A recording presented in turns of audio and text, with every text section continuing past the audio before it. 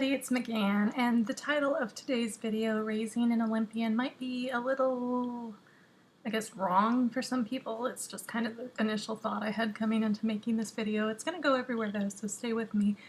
What I've been thinking of lately though is that my kids are getting somewhat heavily involved in our new local community, and I keep thinking, like, okay, they're really young right now, so now's the time to like push them in and do all this different stuff and get them to try everything so that they can find their one thing. Because I know when I went to school, by the time you hit middle school, you pretty much had one or two things, maybe even one seasonal sport at a time that you could do.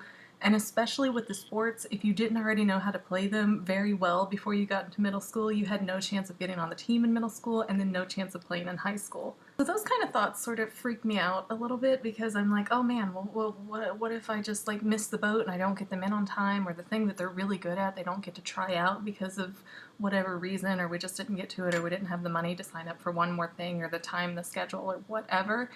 But right now my kids, they both do gymnastics, and we picked a place that was not the closest gym to us because one that was about 15 miles away had a boys team, and then about 3 months after we signed up, they decided to get rid of the boys team because they didn't have enough participants. A bunch of boys moved away.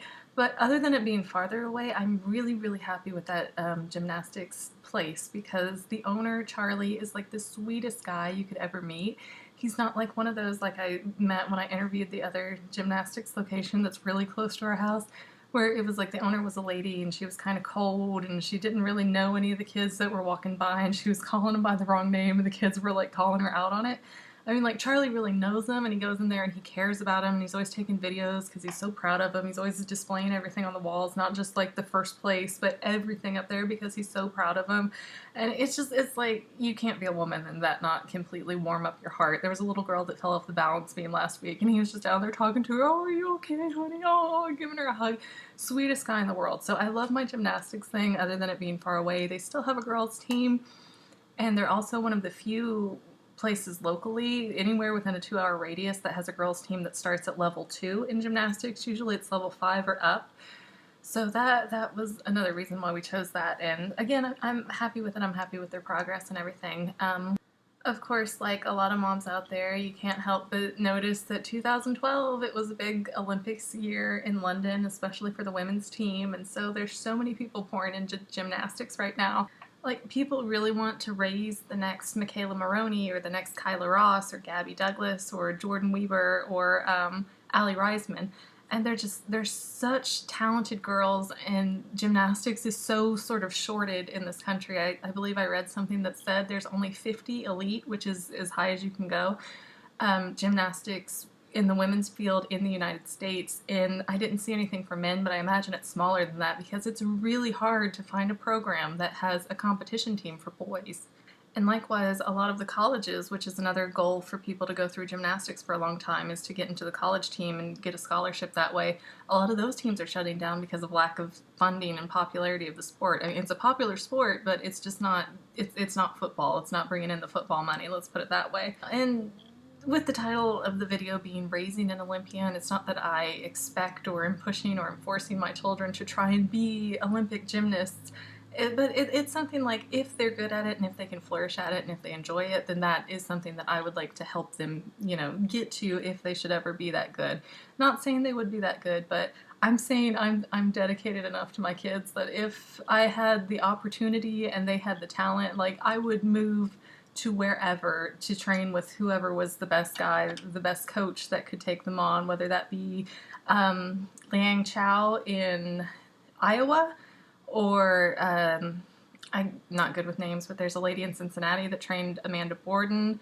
There's the place that in Plano, Texas, where Nastia Lukin trained. There's Maryland, there's California. I mean, there's quite a few elite gymnast training facilities around the country, but, of course, it's not something I would consider until they were, up at that point that they were good enough to even think about it. My kids also do scouts, Boy Scouts and Girl Scouts. And when I had my son, I mean, my first plan of action for children, as I said, I want them to play an instrument. I want my children to show dogs or cats. I want my children to learn a martial art. And I want them to be in scouts. So, looking at that now, now that it's time and they're old enough and getting into these things, it's like, oh my God, that is so much stuff to do. But then at the same time, it's if I could keep them busy and have an activity for them every day of the week like that, I would. I don't know.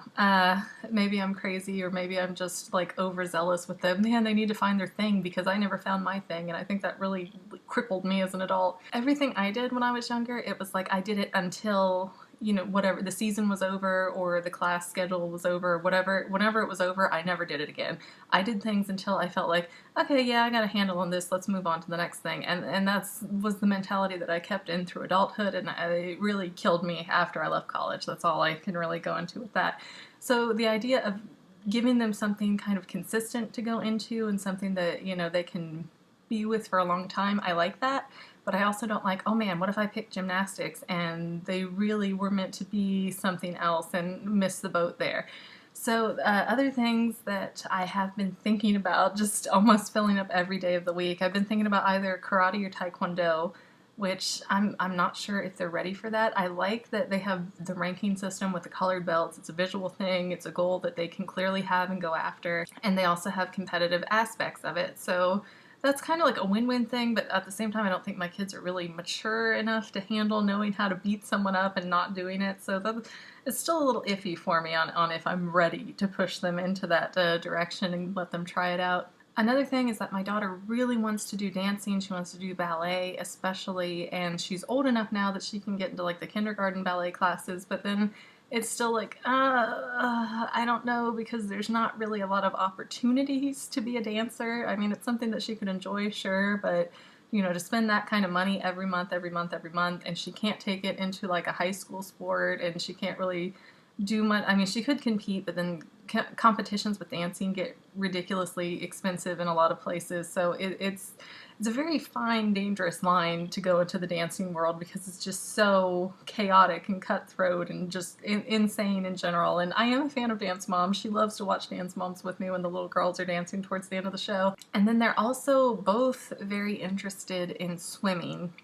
And swimming is another iffy one because after they took the swimming lessons, if they got onto the local swimming team, it would be like $80 a month, which isn't too awful bad, but they expect you to be there 3 hours a day, at least 4 days a week. And that's when you get into a bunch of crunches and issues because, you have Girl Scouts on Monday, Boy Scouts on Tuesday, you have the gymnastics on Thursday, and then Friday, the swim club isn't open. So you end up in a little bit of a chaotic situation, and a lot of these things, unless you're competing in something, they don't have any kind of Saturday or Sunday program. So again, it's additionally that could be a really good thing, that could be a really beneficial thing that they could both excel at, but then that takes up every bit of their time. So it's just one of those issues where my advice to all the moms out there who have, 3 to 5 year olds who are starting to go into this cycle of wanting to try everything is I would say let them try it. Let them try all you can afford to let them do. My son wants to play soccer too, but we kind of missed the date before we moved here to register. So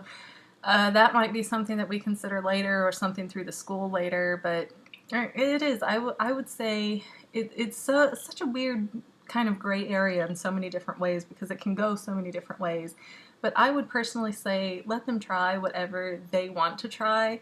And as far as raising an Olympian, if you have an Olympian and they find their thing, you're kind of going to know it because they're going to want to do it so much and they're going to keep at it so much.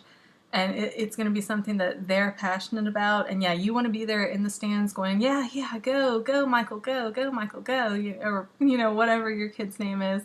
And cheering them on and watching them succeed and being so happy for them, but it has to be something that they want to do, because if it's something that you want for them, it will blow up in your face. Like, if I want my daughter to become the next Gabby Douglas, and she ends up hating gymnastics once she's, 14 or 15 and doesn't want to do it anymore, I can keep trying to push her. I can keep telling her she's going, she's this, she's that. She's going to rebel against it. She's going to hate it. She's either going to start messing up or she might hurt herself almost on purpose or be careless when she's doing it so that she can be more likely to hurt herself so she doesn't have to do it anymore.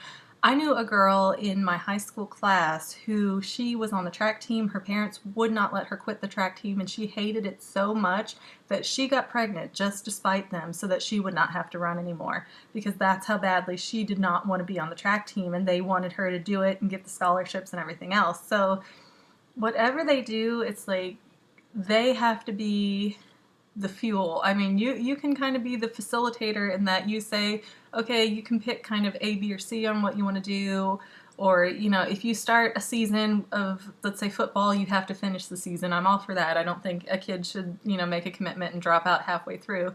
But as far as like, oh, you're playing football because, God damn it, I'm raising you to be a football star, that's going to blow up in your face, I'm telling you. So that's my thoughts on the topic of raising an Olympian, and not really so much how to do it, but just, you know, I'm at the stage where I'm trying to let them try everything I can, and we'll see what happens next and what they take to and what they absolutely end up despising. But food for thought, I guess. See you in the next video. Bye!